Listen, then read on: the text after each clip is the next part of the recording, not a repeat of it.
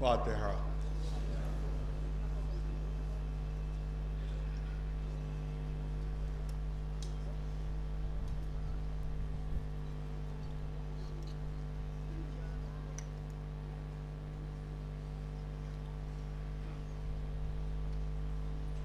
أعوذ بالله السميع العليم من الشيطان اللعين الرجيم. بسم الله الرحمن الرحيم. الحمد لله رب العالمين، والصلاة والسلام على سيد الأنبياء والمرسلين سيدنا ونبينا وشفيع المذنبين أبي القاسم محمد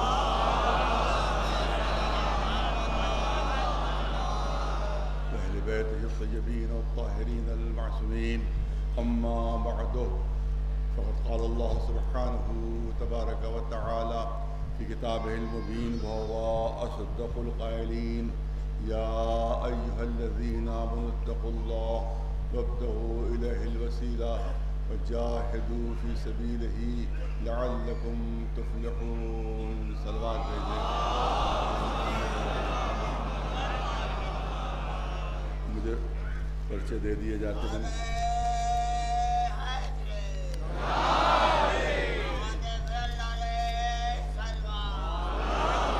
کدھر گیا بھائی پرچے؟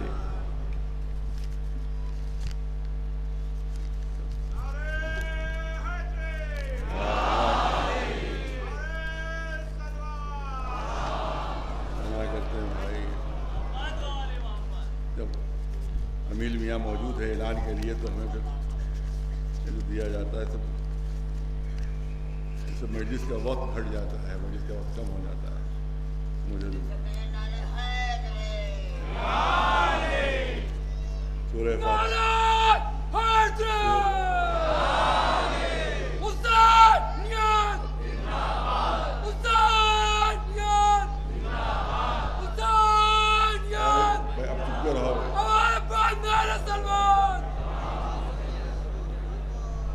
کوئی ایک نہ ایک مجمع میں ایسا ہی جاتا ہے. سورہ فاتحہ بابو جانی ابن طاہر حسین صاحب، حسن جہاں مرحومہ بنت حسن علی صاحب، اور جملہ مومن و مومنات کے لیے ایک مرتبہ سورہ الحمد اور 3 مرتبہ سورہ توحید کی تلاوت فرمائیں.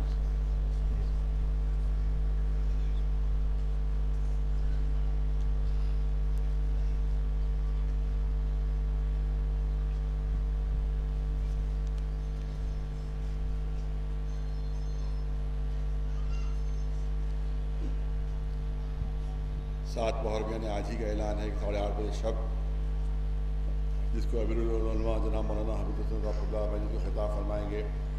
یہ مجلس کراؤن گیٹ ریلوے برج سٹی اسٹیشن لکھنؤ میں منعقد ہوگی، اور بیگم جناب رفیق آغا کی طرف سے یہ اعلان ہو رہا ہے. یہ آج ہی 8:30 بجے شب یہ مجلس رضا منعقد ہوگی. 11 محرم کو 2 بجے امام علیہ بنا صاحب نے مفتی گنج میں یوم امام السلام منایا جائے گا، جس میں مولانا حسن ظہیر صاحب کا بیان ہوگا. اور اس کے بعد 18 بنی ہاشم کی شبیہ تابوت برآمد ہوگی. یوم خواتین کربلا 13 محرم کو اسی حسینی میں 9 بجے شب منایا جائے گا. اس میں آپ حضرات شرکت فرمائیں. اور جو حسینی آصفی میں جو اشرا ہو رہا ہے اس پہ بھی آپ حضرات شرکت فرمائیں. اس کے بعد سبتن آباد میں سعد علی خان کے مقبرے میں، اور خاص طور سے جو یہاں ملاج پورے میں جو مجلسیں ہو رہی ہیں اس میں آپ حضرات ضرور شرکت فرمائیں. صلوات بھیجیں پر محمد مسلسل اسی آیہ کریمہ کو سنہ میں بیان قرار دیا گیا ہے.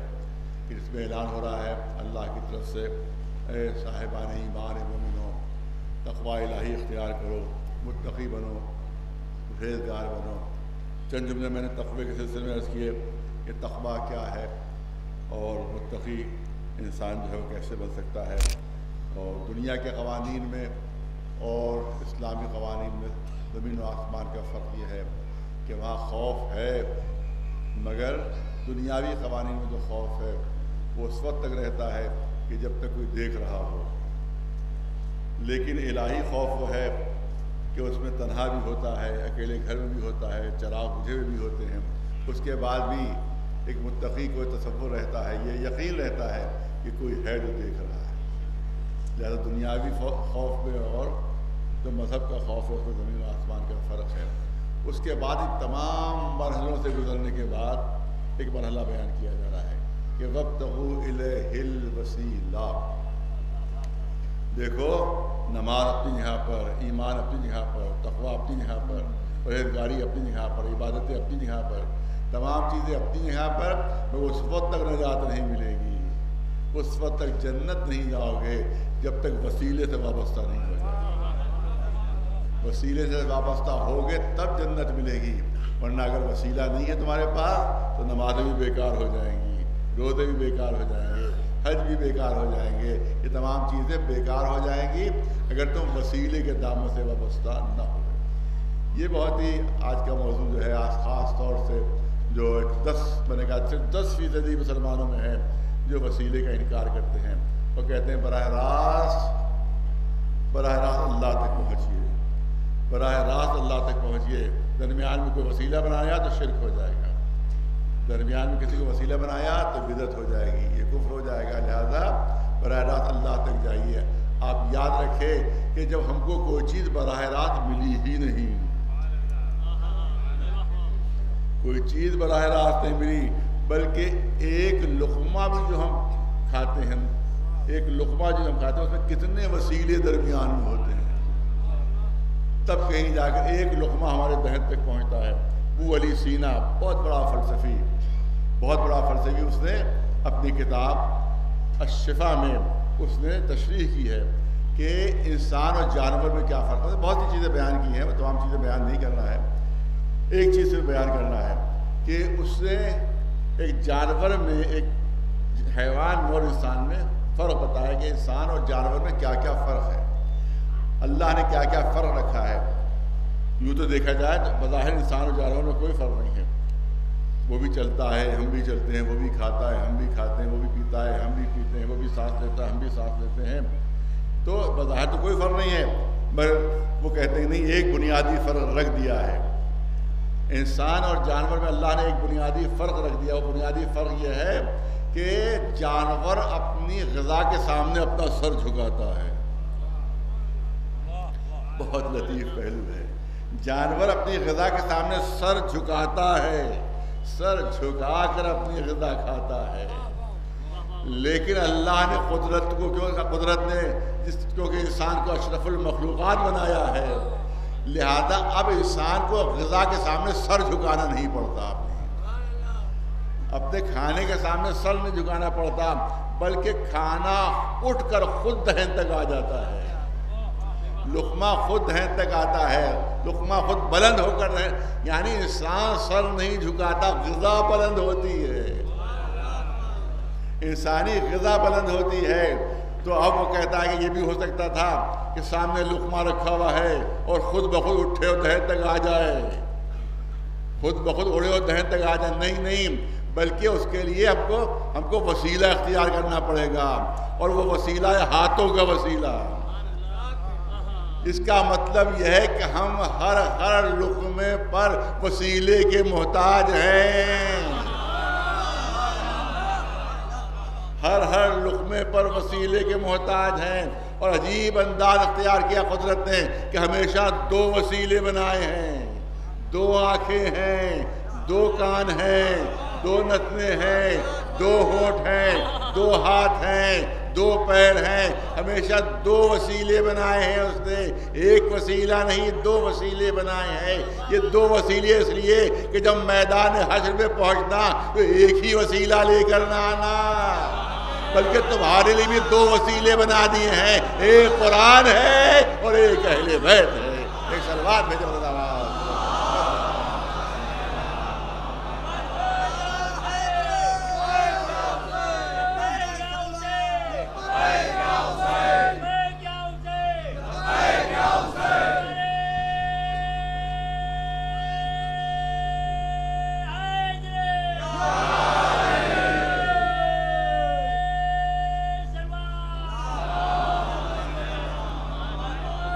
بغیر وسیلے کے ہم پیدا نہیں ہو سکتے. ملا سے کہو کہ اگر وسیلے کے تم منکر ہو، تم ماں باپ نہ ہوتے تو تم پیدا نہ ہوتے. ماں باپ کو وسیلہ بنایا تمہارے دنیا میں آنے کا. بادل وسیلہ بنتے ہیں بارش کا، سمندر وسیلہ بنتے ہیں بادلوں کا. توجہ رہے، سمندر وسیلہ بنتے ہیں بادلوں کا، بادل وسیلہ بنتے ہیں بارش کا، بارش وسیلہ بنتی ہے کہ کھیت اگیں، کھیت لہلہائیں، اس کے بعد وہاں اناج پیدا ہو. اس کے بعد جب اناج لے جاتے ہیں تو یوں کچا نہیں کھا جاتے کہ کچا چبا جائے، بلکہ وسیلہ بنتی ہے چکی کہ جس کے ذریعے سے اس کو پیسا جاتا ہے، کھانے کے لائق بنایا جاتا ہے. اس کے بعد اس کو گوندھا جاتا ہے، اس کے بعد توے پر روٹیاں پکائی جاتی ہے، سامنے آتا ہے، تب کہیں ہمیں جا کر ایک لقمہ ملتا ہے. تو جب جسمانی غذا ہمیں بغیر وسیلے کے نہیں ملتی تو روحانی غذا بھی ہمیں روحانی وسیلوں کے ذریعے سے ملے گی. ایک صلوات بھیجے میرے اللہ. اور وہ وسیلے محمد و آل محمد علیہ السلام کہ جن کے ذریعے سے کائنات کو مل رہا ہے، جن کے ذریعے سے پوری کائنات کو رزق مل رہا ہے. ہم دیکھیے اہل بیت کو کہا جاتا ہے صاحب یہ صفتیں تو آپ اللہ کی صفتیں جوڑ دیتے ہیں اہل بیت کے ساتھ، لہٰذا اس کا مطلب ہے کہ آپ علی کو خدا مان لیتے ہیں، آپ اہل بیت کو خدا مان لیتے ہیں. نہیں، ہرگز نہیں. دیکھیے ایک چیز ہوتی ہے جو اللہ سے جدا ہوتی ہے، اور ایک چیز ہوتی ہے کہ جو اللہ کی طرف سے ہوتی ہے. ہم اگر یہ مان لیں کہ جتنی بھی طاقتیں، بہت توجہ رہے، ہمارا عقیدہ دنیا تک پہنچنا چاہیے کہ ہم کیا عقیدہ رکھتے ہیں. جو ہم پر الزام لگایا جاتا ہے کہ ہم تو ان کو خدا مان لیتے ہیں، اللہ مان لیتے ہیں.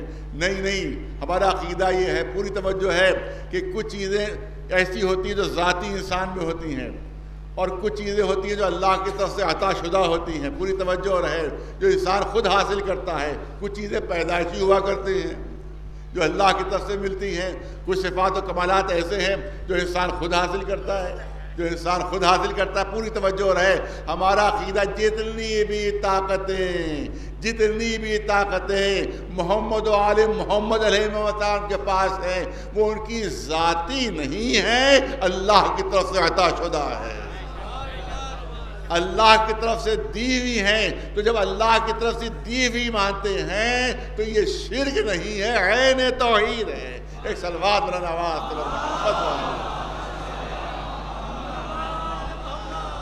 اللہ کی طرف سے ہیں، اللہ کی طرف سے دی ہوئی ہیں. یہ ان کی ذاتی نہیں ہے. اگر اسی لیے مولا کائنات علی ابن ابی طالب علیہ السلام یہ بہترین ثبوت ہمارے پاس موجود ہے، بہترین دلیل ہمارے پاس موجود ہے. جب بھی پہلوان کوئی کشتی میں اکھاڑے میں جیتتا ہے وہ تو اپنے بازوؤں کو دکھاتا ہے، اے بازو ہیں کہ جن کی وجہ سے میں جیتا، یہ طاقت ہے جس کی وجہ سے میں جیتا. میں نے اس کے بڑے دنیا کا کوئی پہلوان میرے سامنے آ جائے، میرے بازوؤں میں اتنی قوت ہے، اتنی طاقت ہے کہ سب کو پچھاڑ دوں گا، سب کو ہرا دوں گا. مگر علی نے جب باب خیبر اکھاڑا، جب مولا نے باب خیبر اکھاڑا تو نہ اپنی مچھلیاں دکھائیں، نہ اپنی طاقت دکھائی، نہ اپنا سینہ پھلا کر کہا کہ دیکھو میں نے باب خیبر اکھاڑا، بلکہ ان کا مشہور ارشاد ہے کہ ما قلعت باب خیبر من قوت الجسمانیہ بل قوت الالہیہ. میں نے جسمانی قوت سے باب خیبر نہیں اکھاڑا، الہی قوت سے اکھاڑا. ایک صلوات بھیجے مولانا آواز محمد والی.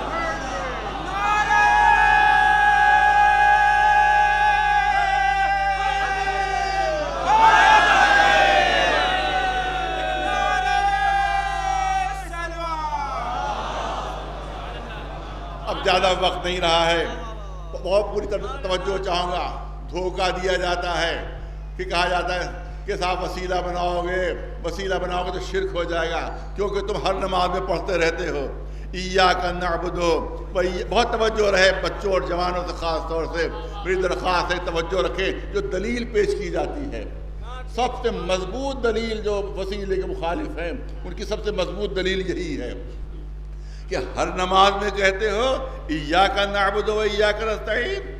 اے پالنے والے تیری ہی عبادت کرتے ہیں اور تجھ ہی سے مدد چاہتے ہیں، تیری ہی عبادت کرتے ہیں اور تجھ ہی سے مدد چاہتے ہیں، مگر ادھر ٹھوکر لگی ادھر یا علی، پوری توجہ رہے، ادھر لڑکھڑائے ادھر یا علی، ادھر ٹھوکر لگی ادھر یا علی، ادھر کوئی دشمن سامنے ادھر یا علی، یعنی 5 وقت کہتے رہتے ہو، بھول جایا کرتے ہو، وہ بھول جاتے ہو، ارے ہر نماز میں تو اقرار کرتے ہو، اعلان کرتے ہو ایاک نعبد و ایاک نستعین، پالنے والے ہم تجھ ہی سے تیری ہی عبادت کرتے ہیں اور تجھ ہی سے مدد چاہتے ہیں۔ پوری توجہ رہے، میں صاحبان فہم و ذوق کی توجہ چاہتا ہوں، ہم ہیں اللہ کے در کے فقیر، پوری توجہ رہے جو کرنا چاہتا ہوں، ہمیں اللہ کے در کے فقیر، ہمیں اللہ کے در کے فقیر، ہم جو بھی فقیر جب دروازے پر جاتا ہے اور وہاں پر کہتا ہے میری مدد کر دیجئے، دروازے پر آ کر کہتا ہے، کھٹکھٹاتا ہے دروازہ کھٹکھٹاتا ہے، میری مدد کر دیجئے، میری مدد کر دیجئے، تو جو بھی دروازے سے نکلتا ہے، جو بھی دروازے سے نکلتا ہے اس کے سامنے ہاتھ پھیلا دیتا ہے، کیونکہ اسی گھر سے ہی نکل رہا ہے، لہذا یہی مدد کر سکتا ہے۔ یہ نہیں ہم دیکھتے کہ گھر سے کون نکلا ہے، بلکہ جو بھی گھر سے نکلے، جو بھی گھر سے نکلتا ہے وہ فقیر اس کے سامنے ہاتھ پھیلا دیتا ہے، کیونکہ یہ گھر سے نکل رہا ہے، لہذا یہی ہماری مدد کر سکتا ہے۔ لہذا ہم نے جب اللہ کے گھر کے دروازے پر اپنا ہاتھ پھیلایا، پوری توجہ چاہوں گا، ہم اللہ کے گھر کے دروازے پر گئے ہیں، جب اللہ کے گھر کے دروازے پر ہم نے ہاتھ پھیلایا تو نکلنے والا ایک ہی ملا، نکلنے والا ایک ہی ملا، ہم اسی کے سامنے ہاتھ پھیلا دیتے ہیں کہ اللہ کے گھر سے باہر آنے والا یہی اکیلا ایک آدمی ہے، اس کے علاوہ ہماری کوئی اور مدد نہیں کر سکتا۔ ایک صلوات بھیجے مولانا۔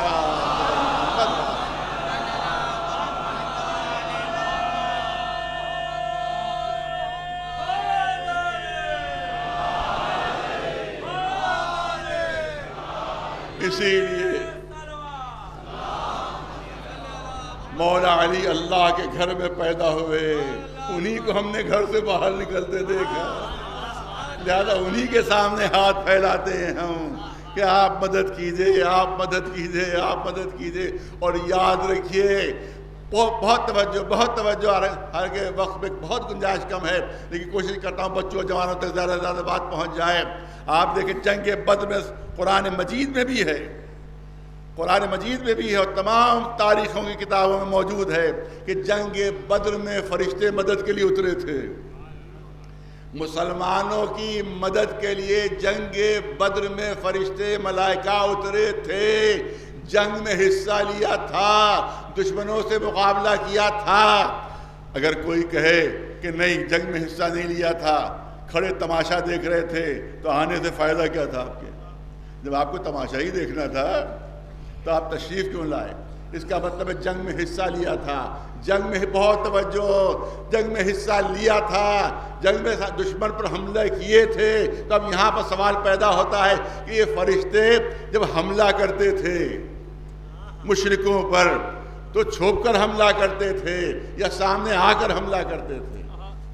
پوری توجہ، چھپ کر حملہ کرتے تھے یا سامنے آ کر حملہ کرتے تھے؟ اگر کوئی کہے چھپ کر حملہ کرتے تھے تو میں عرض کروں گا کہ فرشتہ معصوم ہوتا ہے اور چھپ کر حملہ کرنا عصمت کے خلاف ہے۔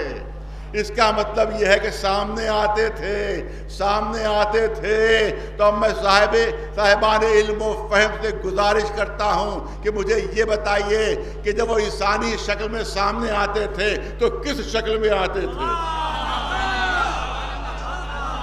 کس صورت میں آتے تھے، کس شمائل میں آتے تھے، کون سی شکل اختیار کرتے تھے؟ کیونکہ ملائکہ کی اپنی کوئی انسانی صورت نہیں ہے، ملائکہ کی اپنی کوئی انسانی صورت نہیں ہے۔ جب آتے تھے تو کس شکل میں آتے تھے، کس شمائل میں آتے تھے، کون سی صورت اختیار کرتے تھے؟ اللہ نے مدد کے لیے بھیجا تھا. ایک ایک لفظ پر توجہ رہے. اللہ نے مدد کے لیے بھیجا تھا.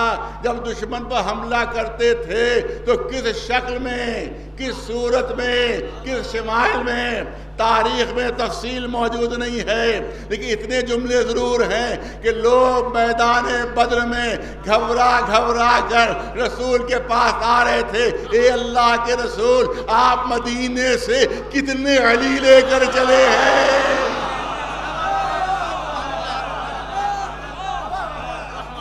آپ مدینے سے کتنے علی لے کر چلے ہیں؟ ہمیں تو پورے میدان میں سوائے علی کے کوئی نظر ہی نہیں آ رہا ہے. اس کا مطلب یہ ہے کہ جو فرشتہ اتر رہا تھا وہ علی کی شکل میں اتر رہا تھا، جو ملک اتر رہا تھا وہ علی کی شکل میں. قیامت تک کے لیے ثابت ہوا مدد اللہ کی ہوگی مگر شکل علی کی ہوگی.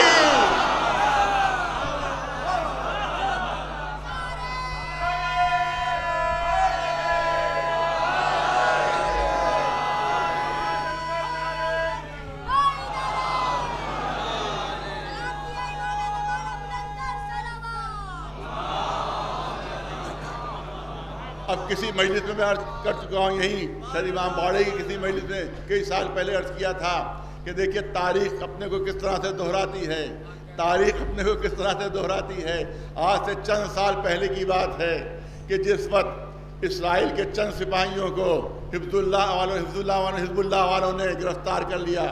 35,000 کا لشکر چلا اسرائیل کا، جس کے پاس ٹینک بھی ہیں، جس کے پاس توپیں بھی ہیں، جس کے پاس ہوائی جہاز کا کور بھی ہے. انہی نے اعلان کیا تھا کہ 24 گھنٹے کے اندر ہم اپنے سارے سپاہیوں کو چھڑا لیں گے اور حزب اللہ کو شکست دے دیں گے، ان کو فنا کر دیں گے، ان کو مٹا دیں گے، ان کو ختم کر دیں گے 24 گھنٹے کے اندر. اور حزب اللہ کی تعداد 3-4 ہزار سے زیادہ نہیں تھی، 3-4 ہزار سے زیادہ نہیں تھی. پورا لشکر گیا. آپ تاریخ اٹھا لیجئے، آپ اس زمانے کے اخبار اٹھا لیجئے کہ تقریباً 35 دن تک لڑائی ہوتی رہی. ہوائی جہاز بمباری بھی کر رہے ہیں، توپیں بھی چل رہی ہیں، ٹینک بھی چل رہے ہیں. اس کے بعد سارا اسرائیلی لشکر بھاگ کر واپس آ گیا، فرار اختیار کی، بھاگ گیا. وہ پوری توجہ رہے.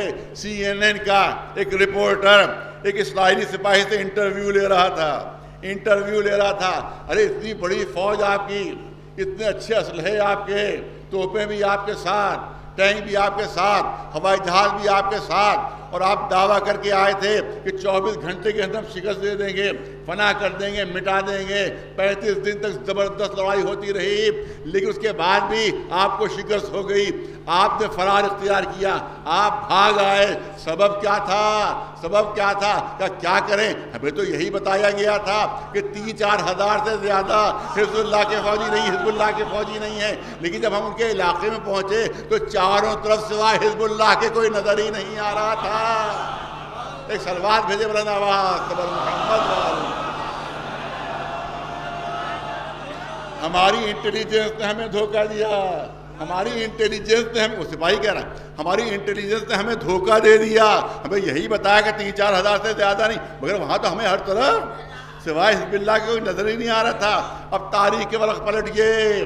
مکے کے بھاگے ہوئے جو سپاہی تھے جب مکے واپس آئے، جب جنگ بدر کے بھاگے ہوئے سپاہی مکے واپس آتے ہیں تو مکے والوں نے کہا ارے تمہیں کیا ہو گیا تھا؟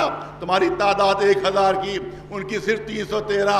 تم اسلحے میں ڈوبے ہوئے، ان کے پاس اسلحے موجود نہیں، وہ کمزور، وہ ناتمام، تم ان سے ہار گئے، تم کو شکست ہو گئی، تم بھاگ آئے. ارے کیا سبب؟ ان بھاگے ہوئے سپاہیوں نے کہا کہ دھوکہ تمہیں نے دیا تھا. ارے توجہ رہے، دھوکہ تمہیں نے دیا. ارے ہم نے کیا دھوکہ دیا؟ کہ یاد کرو کہ جب ہم جا رہے تھے مکے سے تو تم نے کیا جملے کہے تھے؟ تم نے کہا تھا کہ مسلمانوں میں لڑنے کی طاقت نہیں ہے، مسلمانوں میں لڑنے کی قوت نہیں ہے، ان کے پاس اسلحے نہیں ہے، ان کے پاس فوج نہیں ہے. مسلمانوں سے ڈرنے کی کوئی ضرورت نہیں، مگر بس ایک علی سے ہوشیار رہنا. مگر بس ایک علی سے ہوشیار رہنا، مگر بس ایک علی سے ہوشیار رہنا۔ ارے تم نے جاتے وقت کہا تھا بس ایک علی سے ہوشیار رہنا، اور ہم کو میدان میں سوائے علی کے کوئی نظر ہی نہیں آیا۔ ایک صلوات بلند آواز محمد والا۔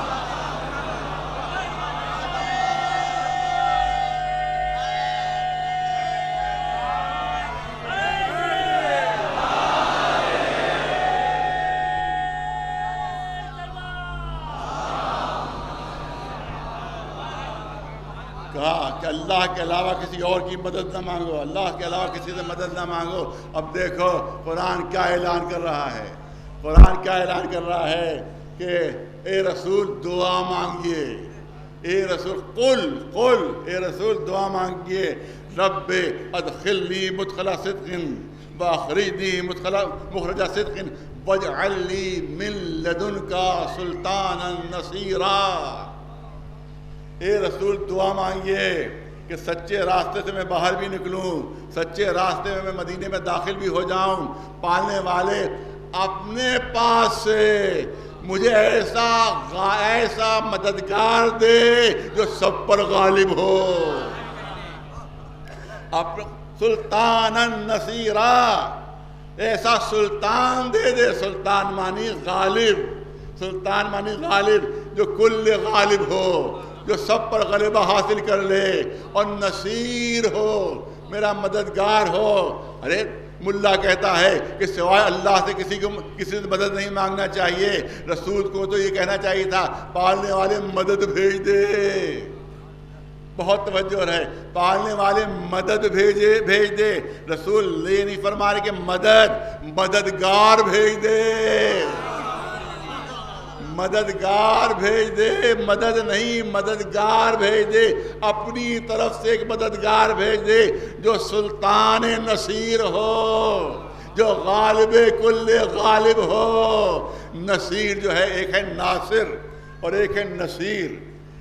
ناصر کے معنی کیا ہوں گے کہ کبھی مدد کرتا ہے کبھی مدد نہیں کرتا، یہ ناصر ہے۔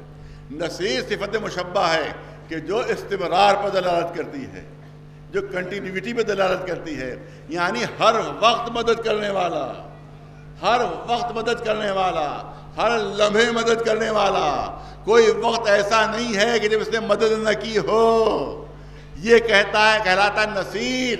جیسے الرحمن الرحیم، الرحمن الرحیم، اللہ رحمان بھی ہے، اللہ رحیم بھی ہے، رحمان بھی ہے، رحیم بھی ہے۔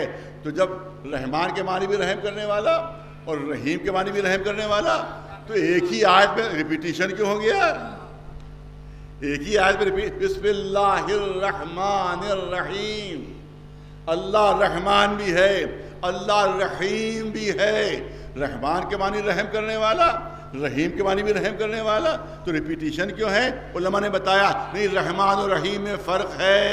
رحمان اس کو کہتے ہیں کہ جو ماننے والوں پہ بھی رحم کرے، نہ ماننے والوں پہ بھی رحم کرے، جو سجدہ کرنے والوں پہ بھی رحم کرے، سجدہ نہ کرنے والوں پہ بھی رحم کرے، جو دوست پہ بھی رحم کرے اور دشمن پہ بھی رحم کرے، وہ ہے رحمان، وہ ہے رحمان۔ اور رحیم وہ ہے کہ جس کی تسلسل ہے، جس کی رحمت میں جو نہ ماننے والے ہیں، جو سجدہ نہ کرنے والے ہیں، ان تک صرف دنیا تک اللہ کی رحمت ہوگی، صرف دنیا تک اللہ کی رحمت ہوگی، لیکن آخرت میں سزا ہے، مرنے کے بعد سزا ہے۔ اس کا مطلب ہے کہ ان کے لیے رحمانیت منقطع ہو جائے گی۔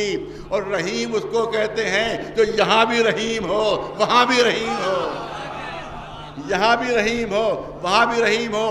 اور یہ مومنوں کے لیے مخصوص ہے، یہ اللہ کے ماننے والوں کے لیے مخصوص ہے۔ تو اس کا مطلب ہے کہ جس سے رحمت کبھی جدا نہ ہو وہ رحیم ہے۔ توجہ رہے، جناب یحییٰ کے لیے جناب زکریا سے کہا گیا ایسا بچہ دے رہا ہوں جو علیم ہے، جو ایک عالم ہوتا ہے، ایک علیم ہوتا ہے۔ جب پیدا ہوا تو عالم نہیں تھا، 5 کا برس بچہ تھا، عالم نہیں تھا۔ جب پڑھ لکھ کر ہوا تب عالم ہوا۔ علیم اس کو کہتے ہیں کہ نہ علم اس سے جدا ہو نہ وہ علم اس سے جدا ہو، اس کو کہتے ہیں علیم۔ اسی طرح سے نصیر بھی ہے، یہ نہیں کہ کبھی مدد کرے کبھی پہاڑ کے اوپر نظر آئے، کبھی میدان چھوڑ کر بھاگتا ہوا نظر آئے، نہیں وہ مدد کرنے والا کہ کسی لمحے بھی اس نے مدد کا دامن نہ چھوڑا۔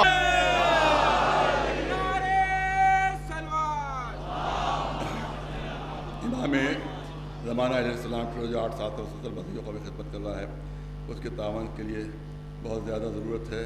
قوم زیادہ سے زیادہ تعاون کرے، کیونکہ اس سال جبکہ 2 سال کا گیپ ہوا ہے تو اس سال فنڈ زیادہ آنا چاہیے، لیکن بڑا معاملہ الٹا ہو رہا ہے، فنڈ کم آ رہا ہے۔ آپ آزاد گزارش ہے، اس میں آپ ضرور مدد فرمائیں۔ ایک صلوات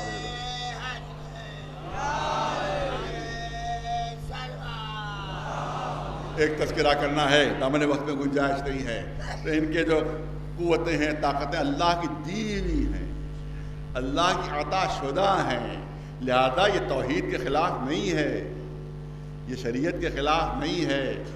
اور اس پر 2 مجلسیں 3 مجلسیں لگی، انشاءاللہ اس پر روشنی ڈالی جائے گی اس مسئلے کے اوپر، لیکن آج کیونکہ ایک ذکر کرنا ہے لہذا عرض کرنا ہے کہ اللہ کی دی ہوئی امام حسن علیہ السلام تشریف لے جا رہے ہیں، اور اس کے بعد ایک چاہنے والا، ایک ماننے والا، بالکل مفلوج جسم ہے اس کا، فالج زدہ جسم ہے اس کا، نہ ہاتھ ہلا سکتا ہے، نہ پیر ہلا سکتا ہے، نہ چل سکتا ہے، نہ اٹھ سکتا ہے، بازار کے گوشے میں پڑا ہوا، بازار کے گوشے میں پڑا ہوا ہے۔ امام حسن کو آتے دیکھا، اس کے دل میں خیال آیا، اس کے دل میں تصور آیا کہ اگر میں چل پھر سکتا ہوتا تو جاتا، قدموں کا بوسہ لیتا، ہاتھوں کا بوسہ لیتا، لیکن کیا کروں، میں تو ہل بھی نہیں سکتا اپنی یہاں سے۔ امام حسن علیہ السلام گھوڑے پر سوار اس کے قریب پہنچے، گھوڑا روکا، اب میں تو سمجھتا ہوں جان بوجھ کر ہاتھ سے کوڑا چھوٹ کر زمین پر گرا۔ امام حسن جو ہاتھ میں کوڑا لیے ہوئے تھے، جو تازیانہ لیے ہوئے تھے، وہ ہاتھ سے چھوٹا اور زمین پر گرا۔ امام نے اسی مفلوج فالج زدہ شخص سے کہا، اے مرد مومن ذرا میری مدد کر دے، ذرا سا یہ جو میرا تازیانہ گرا ہے، جو میرے ہاتھ سے کوڑا گرا ہے، اس کو اٹھا کر مجھے دے دے۔ کس سے کہہ رہے ہیں جو ہل بھی نہیں سکتا، کس سے کہہ رہے ہیں جو ہاتھ نہ ہلا سکتا ہے، نہ پیر ہلا سکتا ہے، نہ اپنی ہاتھ جنبش کر سکتا ہے، اس سے کہہ رہے ہیں کہ ذرا سا رحمت ہوگی تجھے مرد مومن، یہ تازیانہ اٹھا کر مجھے دے دے۔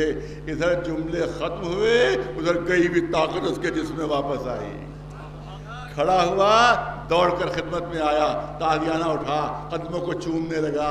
یہ طاقت اللہ کی دی ہوئی ہے، یہ قوت اللہ کی دی ہوئی ہے، یہ الہی نمائندے ہیں۔ جب اللہ کے نمائندے ہیں تو اسی کی دی ہوئی طاقتوں کو استعمال کرتے ہیں۔ ایک صلوات بھیجے مولانا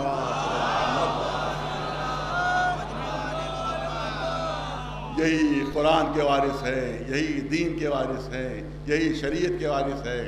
اگر قرآن لینا ہے تو ان سے لو، اگر دین لینا ہے تو ان سے لو، اگر شریعت لینا ہے تو ان سے لو۔ بس ایک واقعہ بیان کر دوں، کیونکہ امیر شام نے بڑے امتحانات لیے ہیں اس سلسلے میں امام کے۔ ایک مرتبہ کسی کو بھیج دیا کہ جا کر پوچھو کہ امیر شام نے پوچھوایا ہے کہ آپ قرآن کے عالم ہیں، بہت توجہ رہے، آپ قرآن کے عالم ہیں؟ کہ ہاں ہم وارث قرآن ہیں، ہم قرآن کے عالم ہیں۔ کہا آپ ہی کا دعویٰ ہے کہ قرآن میں ہر چیز موجود ہے، لا رتب ولا یابس الا فی کتاب مبین، اس قرآن میں ہر شے موجود ہے، ہر شے موجود ہے۔ کہ ہاں صحیح ہے، ہمارا ہی دعویٰ ہے، یہ قرآن میں ہر شے موجود ہے۔ بہت توجہ، بہت توجہ، قرآن میں ہر شے موجود ہے۔ تو اب گویا اس نے مضحکہ اڑانے کی کوشش کی امام کا، معاذ اللہ مذاق کیا، جوک کیا امام کے ساتھ، آج کے اسلام میں کہا جائے۔ کہا جب سب قرآن میں ہے تو یہ بتائیے کہ میری اور آپ کی داڑھی کا ذکر بھی قرآن میں ہے؟ کہ میری اور آپ کی داڑھی کا ذکر بھی قرآن میں ہے؟ یہ اس نے سوال کروایا، اس نے پوچھوایا امیر شام نے کہ کیا میری اور آپ کی داڑھی کا ذکر بھی ہے؟ امام نے فرمایا ہاں ہے، تمہاری داڑھی کا بھی ذکر ہے، میری داڑھی کا بھی ذکر ہے۔ جا کر کہہ دو کہ دونوں کی داڑھیوں کا ذکر ہے۔ کہاں پر ذکر ہے؟ کہ قرآن ہی میں ذکر ہے۔ امیر شام کی داڑھی جو تھی وہ کچی داڑھی تھی، جیسے لہسن کے نیچے کچھ ریشے نکل آتے ہیں، جیسے لہسن کے نیچے کچھ وہ نکل آتے ہیں، کچھ ریشے ایسے نکل آتے ہیں، بس ویسی ہی داڑھی اس کی بھی تھی، اور امام حسن کی گھنی داڑھی تھی. ارے توجہ رہے، امام حسن کی گھنی داڑھی تھی اور امیر شام کی کچی داڑھی تھی. کہا کہ تمہاری داڑھی کا بھی ذکر ہے، میری داڑھی کا بھی ذکر ہے. کہا کیسے؟ کہ قرآن پڑھو، البلد الطیب یخرج نباتہ باذن ربہ. رے جس زمین کا ظرف پاک ہوتا ہے وہاں گھنا سبزہ اگتا ہے. البلد الطیب یخرج نباتہ باذن ربہ. جس زمین کا ظرف پاک ہوتا ہے، جو زمین پاک ہوتی ہے وہاں گھنا سبزہ اگتا ہے. والذی خبث لا یخرج الا نکدا. اور جس زمین کا ظرف خبیث ہوتا ہے وہاں سوائے جھاڑ جھنکاڑ کے اور کچھ نہیں.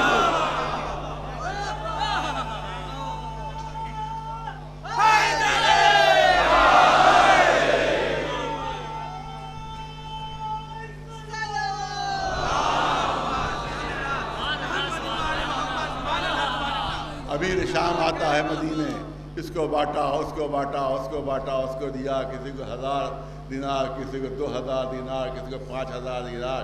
جیسی جس کی وفاداری تھی اسی کی مناسبت سے اس نے بانٹنا شروع کیا.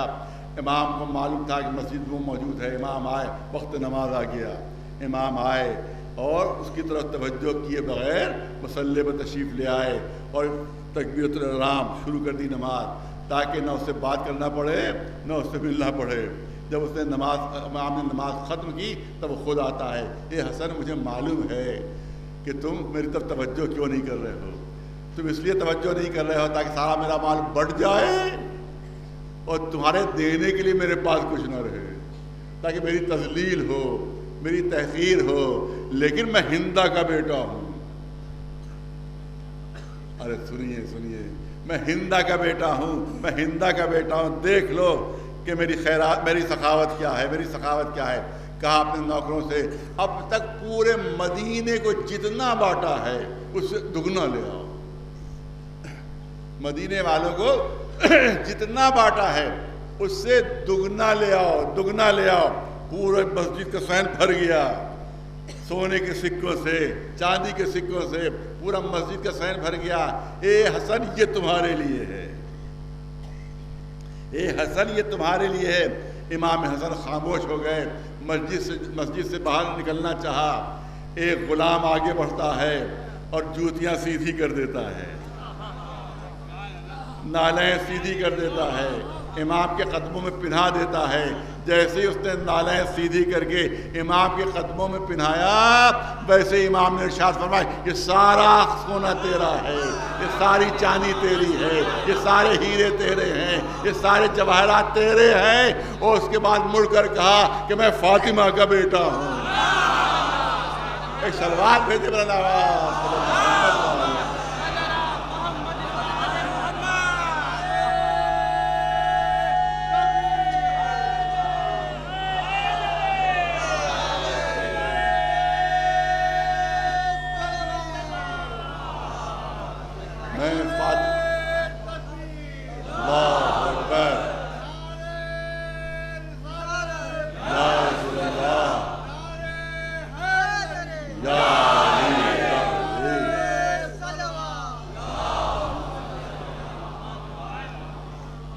لوگوں نے حیرت سے کہا یا آقا، اتنے معمولی سے کام پر، اتنے چھوٹے سے کام پر آپ نے اتنا بڑا خزانہ اسے دے دیا، اتنا بڑا خزانہ اسے دے دیا.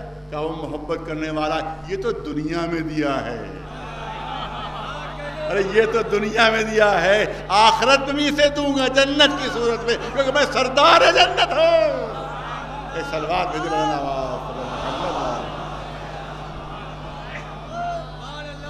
اب بات مکمل کر رہا ہوں کیونکہ اب دامن وقت میں گنجائش نہیں ہے. روایت میں ہے، تاریخ میں ہے کہ ایک بہت ہی بوڑھا شخص تھا اس کے زمانے میں شام میں. بعض نے لکھا ہے کہ 160 سال کی اس کی عمر تھی، بعض نے لکھا ہے کہ 180 سال کی اس کی عمر تھی. امیر شام کو جب خبر ہوئی تو اس نے بلایا، کہہ رہے 160 سال 180 سال. کہا میری عمر 180 سال کے قریب ہے. کہا یہ طول عمر کا راز کیا ہے؟ سنیں پورا مجمع سنیں، جہاں جہاں آواز جاری ہے وہاں سنیں، جہاں جہاں ٹی وی پہنچے گا وہاں سنیں۔ امام اس نے جو جواب دیا اس کو سنیے، اتنی طول عمر کیسے مل گئی تجھے؟ اتنی طویل عمر کیسے مل گئی؟ کام کیا کرتا ہے؟ کہ میں تاجر ہوں، میں تجارت کرتا ہوں۔ کیا اتنی عمر کیوں؟ کہ ایک سبب ہے جس کی وجہ سے اللہ نے میری عمر بڑھائی ہے۔ کہا کہ جب میں کسی سے خریدتا ہوں کوئی مال تو جتنا وہ طلب کرتا ہے اس سے زیادہ دیتا ہوں۔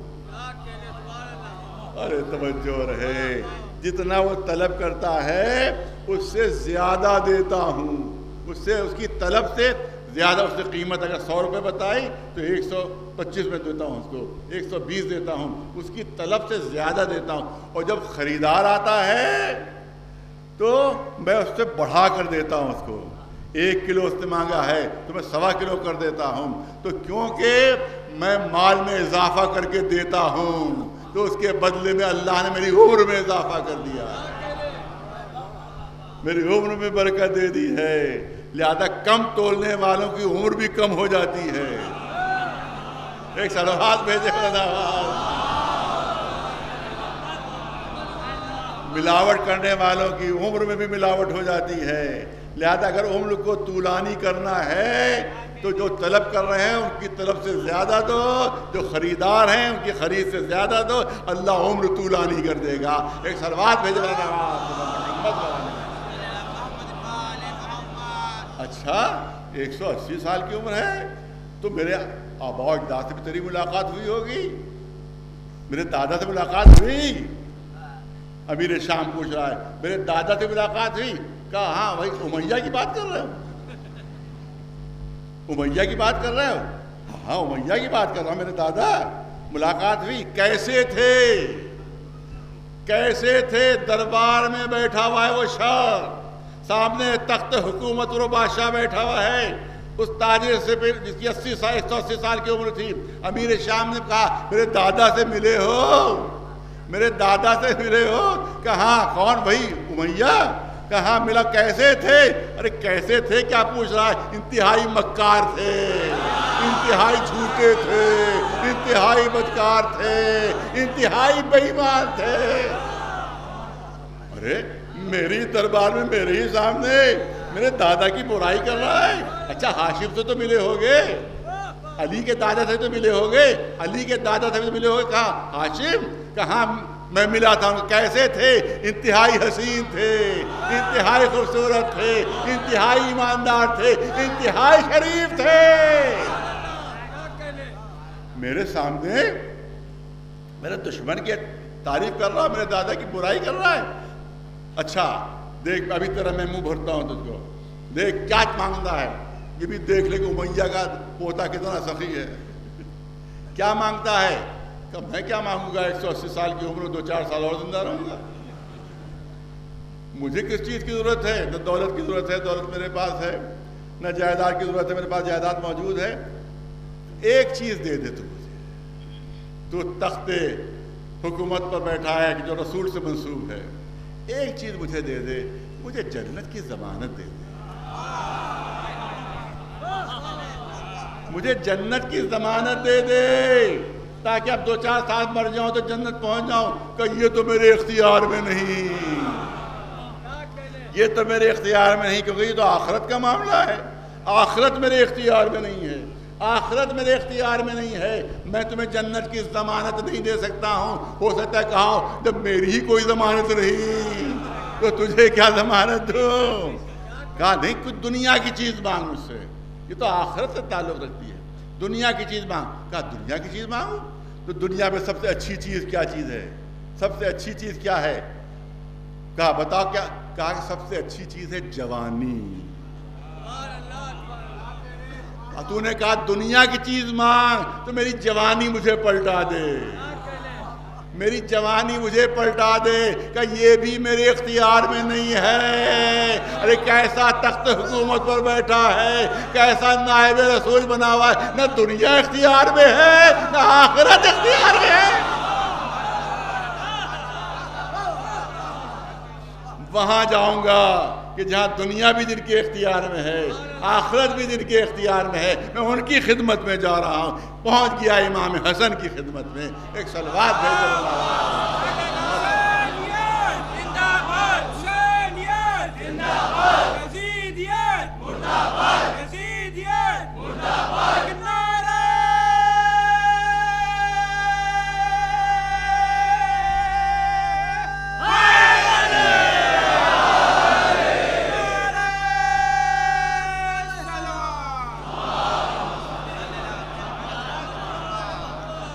کہ دامن وقت میں گنجائش نہیں رہی، تو اس کا مطلب یہ ہے امام حسن علیہ السلام کہ ان کے اوپر سب سے زیادہ سخت اعتراضات کیے گئے ہیں دشمنوں کی طرف سے، اور سب سے زیادہ غلط الزامات لگائے گئے۔ موقع نہیں ہے کہ تمام چیزوں کو پیش کیا جا سکے۔